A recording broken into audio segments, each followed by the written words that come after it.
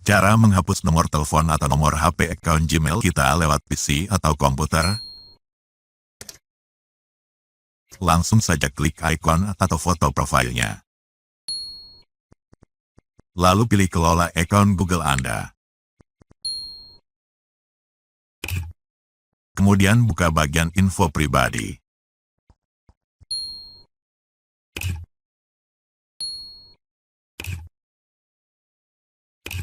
Lalu klik atau tap pada bagian telepon. Klik pada nomor HP-nya. Lalu tap ikon hapus ini. Nah, biasanya kita akan disuruh masukkan password account Google kita terlebih dulu.